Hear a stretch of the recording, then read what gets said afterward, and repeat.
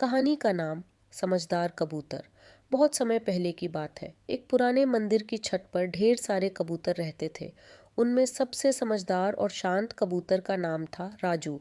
राजू हमेशा सबको सिखाता रहता था, जैसे बीज बोओगे वैसे फल मिलेगा। मेहनत और एकता में ही ताकत है। एक दिन गांव में एक शिकारी आया। उसने मंदिर के पास दाना बिखेर दिया और जाल बिछा दिया। सभी कबूतर भूख से परेशान थे। उन्होंने जैसे ही दाना चुगना शुरू किया, पूरा झुंड जाल में फंस गया। सब घबरा गए, फड़फड़ाने लगे, लेकिन जाल नहीं टूटा। तभी राजू ने कहा, डरने की ज़रूरत नहीं है। अगर हम सब मिलकर एक ही दिशा में उड़ें तो जाल को लेकर उड़ सकते हैं। सभी कबूतरों ने उसकी बात मानी और एक साथ मिलकर उड़ने लगे। कुछ ही पलों में जाल हवा में उठ गया। सभी कबूतर उसे उठाकर उड़ चले। थोड़ी देर बाद वे एक चूहे के पास पहुंचे जो उनका दोस्त था।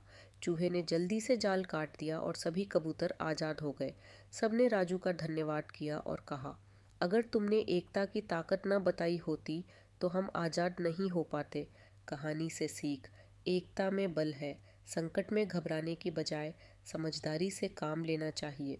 कहानी समझदार कबूतर भाग 2। संकट की आंधी जाल से बचने के बाद राजू और उसके साथी कबूतर अपने मंदिर वाले घर लौट आते हैं। अब सब राजू को गुरु कबूतर कहने लगे थे। मंदिर की छत अब सिर्फ उनका घर नहीं, एक स्कूल बन गई थी। राजू रोज शाम को सबको बुद्धिमानी, सुरक्षा और दोस्ती की शिक्षा देता उड़ता हुआ जंगली तूफान। एक दिन दूर पहाड़ियों की तरफ से तेज आंधी आती है। हवाएं गर्म हैं और बादल डरावने। राजू तुरंत सभी को सुरक्षित अंदर बुलाता है। ये सिर्फ आंधी नहीं है, ये तो जंगलों से आने वाली बर्बादी की चेतावनी है। जंगल से आए शरणार्थी पक्षी कुछ देर बाद कई घायल पक्षी मंदिर की ओर उड़ते आते हैं। तोता, मैना, बुलबुल और एक घायल उल्लू।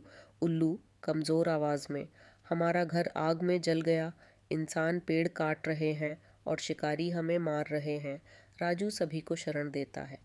कबूतरों में कुछ नाराज़ होते हैं, हमारा दाना कम पड़ेगा, लेकिन राजू उन्हें एक नई सीख देता है।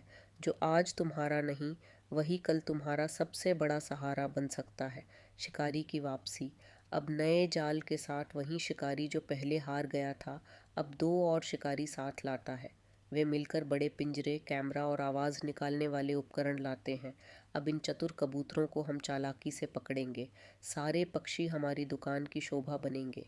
जासूस चूहा और गुप्त योजना। राजू का दोस्त चूहा उनके जालों को छिपकर देखता है और रात को लौटकर सारी जानकारी देता है। राजू अब एक पूरी योजना बनाता है, किस पक्षी को क्या करना है, कैसे कबूतर ध्यान भटकाएंगे, कैसे तोता और मैना नकली आवाज़ निकालेंगे और चूहा कैसे रस्सी काटता है। योजना का दिन। बड़ा संघर्ष। शिकारी आते हैं। कबूतर जानबूझकर नीचे आते हैं, आवाज़ करते हैं। शिकारी खुश हो जाते हैं। तभी अचानक चूहा रस्सी काटता है, नकली आवाज़ों से शिकारी भ्रमित हो जाते हैं। पिंजरे उल्टा पड़ता है और शिकारी खुद उसमें फंस जाते हैं। गांव के लोग यह देखकर आ जाते हैं और पुलिस को बुलाकर उन्हें पकड़वाते हैं। गांव का सम्मान। गांव के प्रधान मंदिर आते हैं और सभी पक्षियों को सम्मान देते हैं। राजू को वन प्रहरी पक्षी का सम्मान मिलता है। प्रधान, आज हमने जानवरों से सीखा कि बुद्धि, एकता और दया ही सबसे बड़ी शक्ति है। विदाई और नई शुरुआत। घायल पक्षी अब स्वस्थ होकर अपने जंगल लौटते हैं। राजू उन्हें गले लगाता है। तोता, अगर कभी हमारी ज़रूरत हो, एक आवाज़ देना, पूरा जंगल साथ होगा। अंतिम दृश्य। छत पर शाम की सभा। राजू फिर से बैठा है। उसके चारों ओर नए और पुराने पक्षी हैं। सब ध्यान से उसकी बात सुनते हैं। राजू, दुनिया में कोई छोटा या बड़ा नहीं होता। असली ताकत उस दिल में होती है जो डर के बावजूद सही काम करे। कैमरा ऊपर जाता है। दिखता है मंदिर, उड़ते पक्षी और सुनहरी शाम का आसमान। जहाँ एकता, दया और बुद्धि होती है, वहाँ हर तूफान झुक जाता है।